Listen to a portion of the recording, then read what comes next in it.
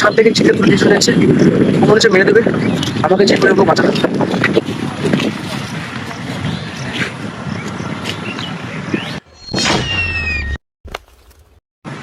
হ্যাঁ, সাপটা ছেড়েছে, এবার একটু পানি খাই, সাহায্য করি।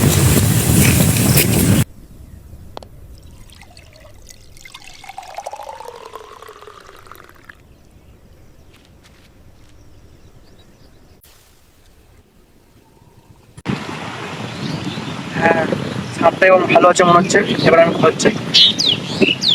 তোমাকে ধন্যবাদ, তুমি আমাকে ওই চিলটার থেকে বাঁচিয়েছো এবং জল খাইয়েছো। সাপ কি করে বললো? আমি একজন ইচ্ছাধারী নাগ এবং কথা বলতে পারি। আচ্ছা, তুমি ইচ্ছাধারী নাগ।